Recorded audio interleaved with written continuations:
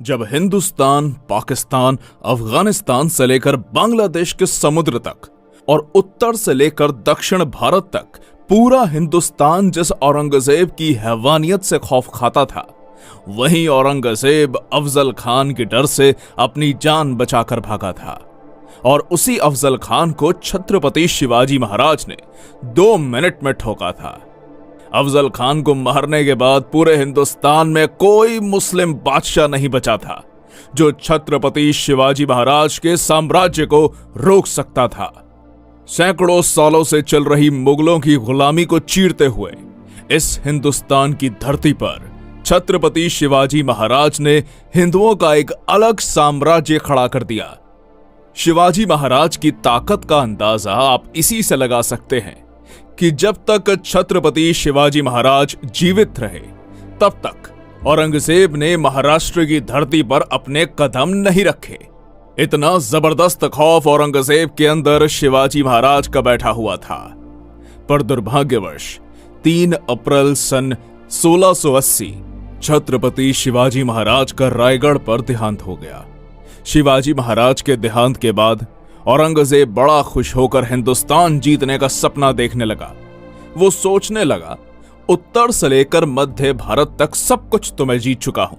अगर दखन से इन मराठों का सफाया कर दूंगा तो पूरे हिंदुस्तान का बादशाह बन जाऊंगा। इसलिए तुरंत अपनी लाखों की सेना लेकर वो दखन में जा उतरा। पर औरंगजेब इस बात से बेखबर था कि छत्रपति शिवाजी महाराज के बाद उनके पुत्र धर्मवीर छत्रपति संभाजी महाराज नंगी तलवार लेकर मुगलों का काल बनकर खड़े थे। जैसे ही मुगलों के कदम महाराष्ट्र की धरती पर पड़े, मराठों ने मुगलों के मस्तक उतारने शुरू कर दिए। जिसके बाद गोवा में पुर्तगीज, मैसूर में चिकादेवराय, कोंकण में सिंधी, मनहारपुर, नासिक, औरंगाबाद में मुगल, एक साथ 12 सल्तनतों को संभाजी महाराज ने मौत के घाट उतारा। संभाजी महाराज के इन भयानक हमलों से औरंगजेब बौखला उठा। कहीं ये मराठे हर हर महादेव की ललकारें देकर दिल्ली पर ना टूट पड़े, ये सोचकर उसका दखन में सांस लेना तक मुश्किल हो गया। औरंगजेब छत्रपति संभाजी महाराज से इतना ज्यादा डर चुका था कि वो एक भी युद्ध में उनके सामने नहीं आया। पर अपने ही लोगों की गद्दारी के कारण छत्रपति संभाजी महाराज जैसे महान पराक्रमी योद्धा को मुगलों के हाथों कैद होना पड़ा।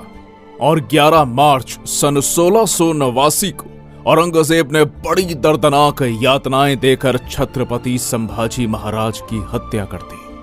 संभाजी महाराज के देहांत के बाद औरंगजेब को लगा, अब मराठा साम्राज्य पूरी तरह से खत्म।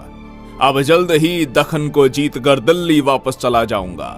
तो दूसरी तरफ छत्रपति संभाजी महाराज की मृत्यु से हर मराठा के अंदर हिंदवी स्वराज की आग लग चुकी थी। जल्द ही इस आग से मराठे औरंगजेब की महाराष्ट्र में कब्र खोदने वाले थे। और अगस्त सन 1689 को अपने राजा की मौत का बदला लेने के लिए सह्याद्री के वीर मराठों ने औरंगजेब को महाराष्ट्र के तुलापुर नाम की जगह पर घेर लिया। और हर हर महादेव की गूंज के साथ संताजी घोर पड़े और गिने चुने चंद मराठा सैनिकों ने औरंगजेब की लाखों की सेना पर चढ़ाई कर दी।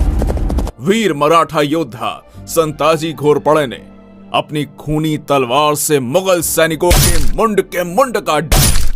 मुगल छावनी में घुसकर मराठों ने ऐसा मौत का तांडव मचाया कि हजारों मुगल सैनिकों को काटकर मौत के घाट उतार दिया।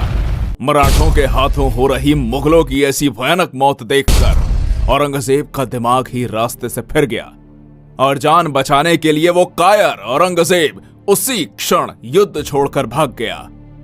औरंगजेब का नसीब अच्छा था कि वो भागने में सफल रहा, नहीं तो मराठे उसे वहीं काटकर जिंदा जमीन में दफना देते। इस युद्ध में भले ही औरंगजेब की जान बच गई, पर पूरे हिंदुस्तान में उसकी इज्जत लुट गई। मराठे यही नहीं रुके, उन्होंने मुगल छावनी के ऊपर के 2 सोने के कलश काटकर पूरी मुगल छावनी को तबाह कर दिया।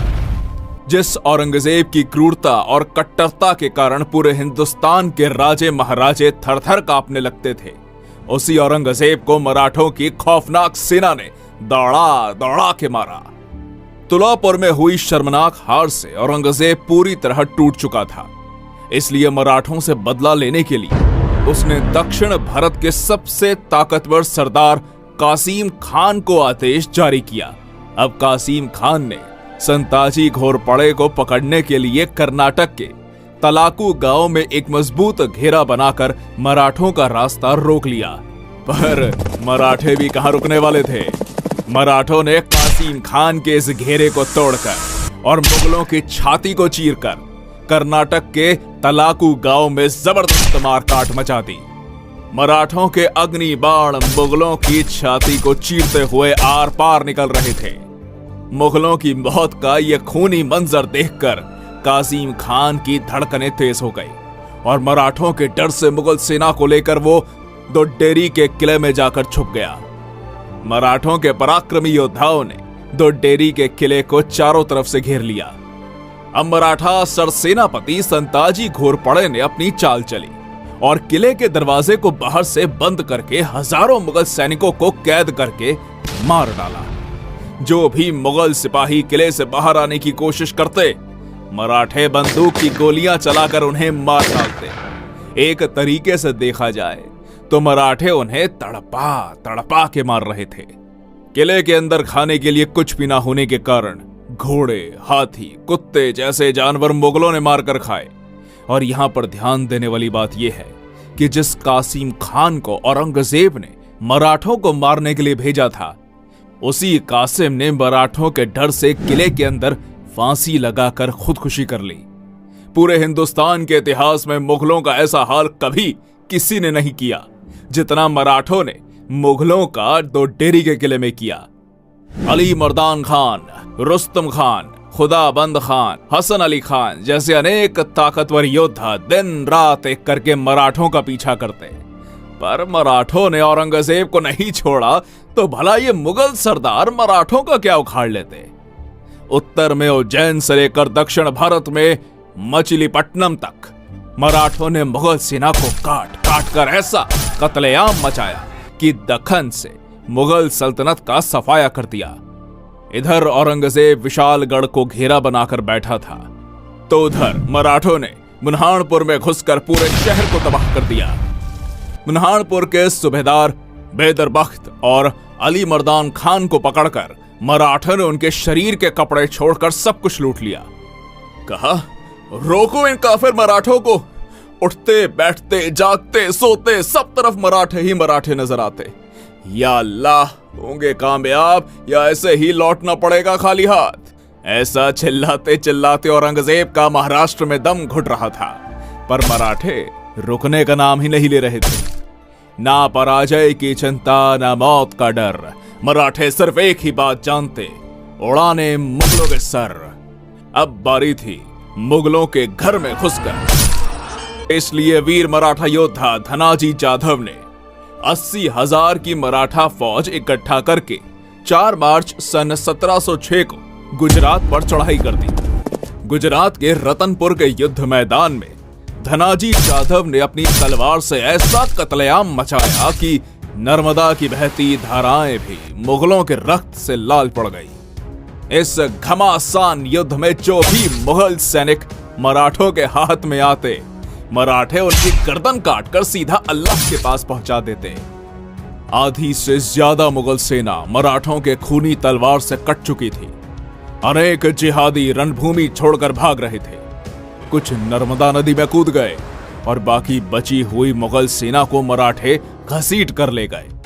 खुद गुजरात के सूबेदार अब्दुल हमीद खान ने मराठा सरसेनापति धनाजी जाधव के पैर पकड़ लिए। इस तरह वीर मराठा योद्धा धनाजी जाधव ने अपने शौर्य और साहस के बलबूते पर गुजरात की मुगल सल्तनत को तबाह करके गुजरात में मराठा साम्राज्य का डंका बजाया। ऐसे ही एक के बाद एक औरंगजेब को दर्दनाक जख्म देकर मराठे उसे तबाह करने पर तुले हुए थे। फ्रेंच इतिहासकार निकोलाउ मानुची, जिसने कुछ साल औरंगजेब के दरबार में नौकरी की, इसी के साथ दक्षिण में आने के बाद वो छत्रपति शिवाजी महाराज से भी मिला था। ये मानुची लिखता है दक्खन में मराठों के खिलाफ उतरने से औरंगजेब के हर साल 1 लाख सैनिक और 3 लाख जानवर मारे जाते थे, जिसमें कुछ मराठों के हाथ, कुछ कीचड़ में डूबकर, कुछ भूख के कारण, तो कुछ नदी में बहकर। इतनी दर्दनाक मौत मुगल सैनिकों को मिल रही थी। मुगलों की ऐसी हालत थी तो जानवरों की तो पूछिए ही मत। बेशकीमती खजाना, ऊंट, घोड़े, हाथी, तोपखाने, जो भी मराठों के हाथों लगता मराठे उसे लूटकर साफ कर देते। मराठों के हाथों कुछ न लगे इसलिए मुगल इसमें से बहुत सी चीजों को जला डालते थे। मराठों के लगातार हमलों से औरंगजेब इतना कंगाल हो चुका था कि कई महीनों से मुगल सैनिकों का पगार नहीं हो रहा था। लगातार मराठों से मार खाने के बाद मुगलों की जीत की उम्मीदें टूट चुकी थी। अगर किसी मुगल सरदार को मराठों से किला हासिल भी करना है तो वो मराठों से हाथ मिला लेता और औरंगजेब से छुपकर मराठों को 50,000 से लेकर 2 लाख रुपए तक की रकम देता। बदले में मराठे उसे किला सौंप देते। एक तरीके से देखा जाए तो मराठे मुगलों को लूटकर मस्त पैसा बना रहे थे, तो दूसरी तरफ मराठों से हमने किला जीत लिया ऐसे झूठ बोलकर ये मुगल सरदार औरंगजेब को खुश कर देते, पर असल में वो उसे मूर्ख बनाते थे।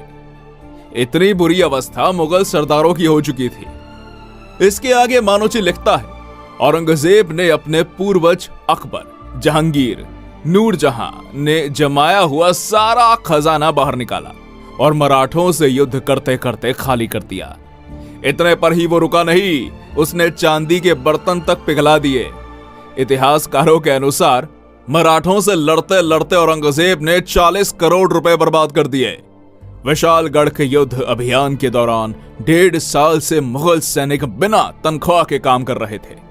वो बंगाल का सूबेदार मुर्शीद कुली खान हर साल औरंगजेब को 14 लाख रुपए टैक्स देता था। उसी में किसी तरह औरंगजेब का खाने पीने का गुजारा हो रहा था। लगातार 27 साल मराठों ने औरंगजेब को इतना घुमाया, इतना दौड़ाया कि मराठों से लड़ते लड़ते वो आखिर में बुढ़ा हो गया, परंतु हार और बर्बादी के सिवा उसे कुछ नहीं मिला। बढ़ती उम्र के साथ साथ औरंगजेब का चेहरा और भी ज्यादा भयानक हो चुका था। दांत गिर जाने से उसके गालों में गड्ढे पड़ गए थे। यदि कोई व्यक्ति जिसने औरंगजेब को पहले कभी नहीं देखा हो तो उसे अकेले में देखकर मुर्दा समझने की गलती करता था। इतना बुरा हाल उसके शरीर का हो चुका था। औरंगजेब की मौत पर रोने के लिए उसके नजदीक का कोई भी व्यक्ति जीवित नहीं बचा था। अपने बाप और भाई को तो उसने खुद ही मरवा डाला था। इसके अलावा उसकी 3 बेगमें, 2 बेटे तथा नाती पोती, बहन बेटी सभी की मृत्यु इसकी आंखों के सामने हो चुकी थी। अपने ही किए हुए पापों की शिक्षा उसे जिंदा रहते मिल चुकी थी। अब औरंगजेब की मृत्यु का समय निकट आ चुका था, इसलिए मरने से पहले वो एक बार दिल्ली जाना चाहता था। पर जैसे ही मराठों को पता चला कि औरंगजेब बीमार है और दिल्ली जाना चाहता है, तो मराठों ने तुरंत अहमदनगर को चारों ओर से घेरकर मुगल प्रदेशों में लूटपाट मचा दी। इसी बीच औरंगजेब भयानक दर्द और पीड़ा से गुजर रहा था, पर मराठों के कारण उसे इलाज मिलना भी संभव ना हो पाया और 3 मार्च सन 1707 को महाराष्ट्र के अहमदनगर में वो नीच औरंगजेब तड़प तड़प के मर गया और हिंदुस्तान का बादशाह बनने का उसका सपना उसी की कब्र के साथ दफन हो गया। पढ़ लेना कभी औरंगजेब का मृत्यु पत्र, सिर्फ एक ही हिंदू राजा का नाम आएगा, छत्रपति शिवाजी महाराज का मराठा साम्राज्य। दोस्तों, इस वीडियो का टारगेट है 2000 लाइक। उम्मीद है आप जरूर पूरा करेंगे।